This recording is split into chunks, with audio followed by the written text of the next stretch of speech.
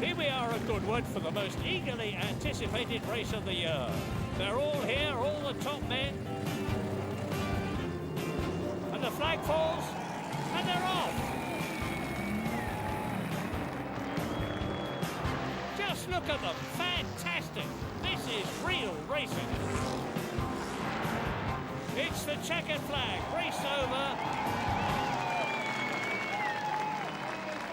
Back at the track, the tension is building for what always promises to be an action-packed race.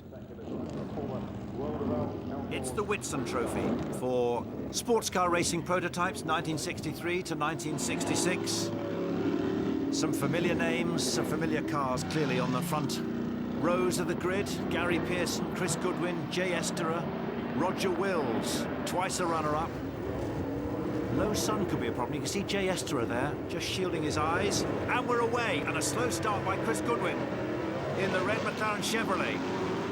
Everyone else away safely, and Jay Esterer into the lead. Chris Goodwin is second, Gary Pearson third. And then in the orange McLaren-Chevrolet, Roger Wills. And we're riding on board with Chris Goodwin, who actually works for McLaren these days, but this is a 1960s car. These are great Can-Am cars with big V8 American engines in the back. And the man from pole position, Gary Pearson, was the slowest away, but he's now attacking Chris Goodwin, making that third place into a second. Gary Pearson goes through to second. Jay Esterer in the American Chinook, still the leader. And you can see the troublesome sun there. It's a beautiful afternoon for racing, but there are problems as Roger Wills now looks on the inside of Chris Goodwin, just shuts the door, but it may not be for too much longer. Well, this was the start, and you see huge wheel spin from Jay Esterer, but he was the quickest away. We ride with Chris Goodwin, who does get away in second place, but it's Gary Pearson on pole who is slowest away of the front row. Jay Esterer there seemingly being caught by Gary Pearson, who's come through on the inside. Beautiful manoeuvre, but Esterer may come back in. Bit of a moment as he loses a bit of control there, and Gary Pearson eases away further into the lead. That may play into the hands of Chris Goodwin and also Roger Wills, who's now chasing Chris Goodwin and looking to come through on the inside under braking. Yes, Roger Wills alongside Chris Goodwin, the orange car alongside the red one as they go down into Woodcote Corner. Roger Wills has the inside, as third place indeed. Still the Chinook second, still the Lola the leader as they queue up to come through the chicane. We've got Keith Arlers there coming through in fifth place in the Cooper Monaco, up from row 3. And now Esterer is coming through on the inside of Gary Pearson, and he's into the lead. A fantastic manoeuvre by Jay Esterer, who almost touched Gary Pearson, didn't quite. They're really expert drivers, and a big spin there for one of the back markers. Roland Goethe there, going through at about 100 miles an hour through the first part of St Mary's. Back up now with the front runners, and Roger Wills coming through on the inside now of Gary Pearson. Lovely drift, and he's got the inside line and will hold it. A very determined move by Roger Wills. Gary Pearson had to nibble away at the grass to let him go through, so Roger Wills and the orange McLaren up to second place. Gary Pearson in the white Lola demoted to third. Still Jay Esterer way out in front in the Chinook. And how long will it be before Roger Wills is actually nibbling a little bit more into that lead? We're riding with Chris Goodwin now as we come through the chicane. Ooh, he clipped it and ran a little bit wide as well. These were phenomenally successful and exciting cars in the mid-60s. Big pushrod American V8 engine in the back, English chassis built by McLaren and Lola, with the occasional interloper from North America, like the Chinook, which is now in the lead, but not for long because Roger Wills is attacking.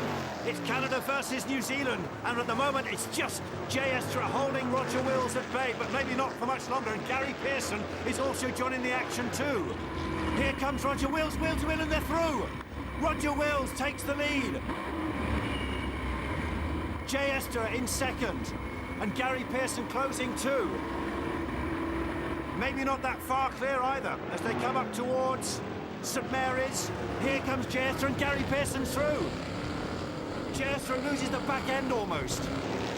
Yes, sideways moment for Jay Esterer there. That's allowed Chris Goodwin in fourth place to get a little bit closer. We ride with Esterer once again. About 165 miles an hour these cars are doing down the Lavant Straight. There was the move.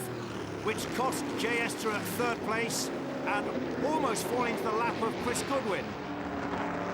Roger Wills then in the lead, seemingly comfortable as much as you can be comfortable in this form of racing, and with the competition so intense. Yes, Gary Pearson really threatening. Esther are there to wait to see what happens. Pearson in the middle, but that Lola very quick. Now we ride once more with Esther. Esther trying to go down the inside. There was nowhere for him to go. He got on the grass. Somehow he managed to catch the slide. A brilliant save by Jay Esther, but that's allowed Goodwin behind him to get very close indeed as they go down the straight towards Woodcote Corner.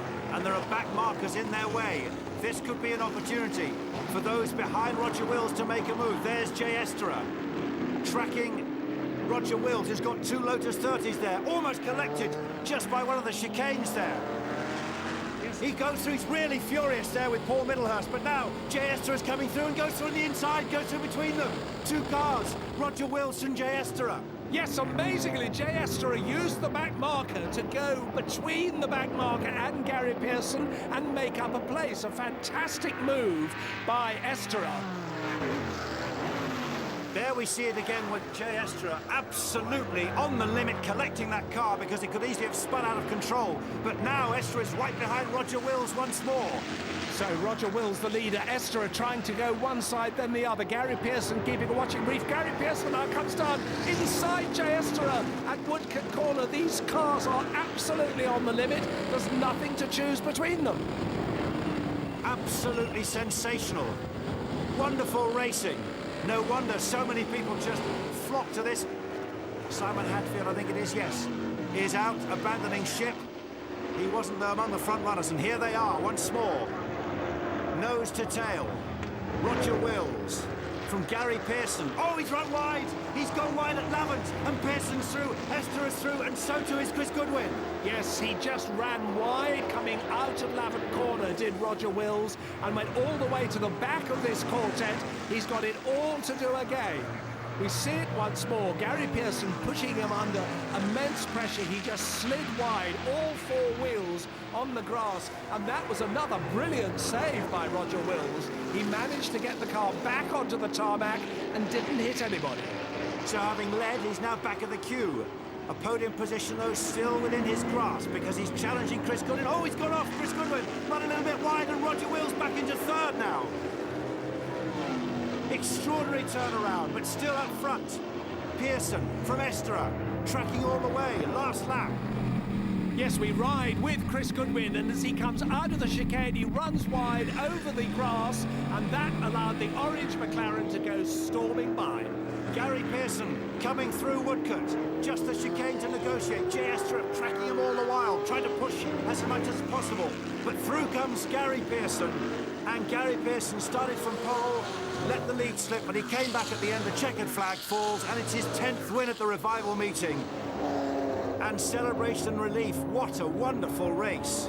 Any one of those leading four could have won. Gary Pearson eventually did in the Lola-Chevrolet, then Jay Esther, Roger Wills, Chris Goodwin, covered by just 3.4 seconds. It's fantastic to drive these cars anywhere, but round here, they're a serious handful, and to race so closely with Roger and Jay, and watch these guys sliding around. And Jay, I must say, these things are difficult to drive, difficult to slide. Jay's car control is phenomenal. It was just great driving behind Rog. If he hadn't run wide, it did get really slippery at the back end. I was struggling to get the car turned there. If Roger hadn't put two wheels on the grass, I don't think I could have passed him. But great race, all three of us. Very clean racing, and that wasn't even a nudge. That was great.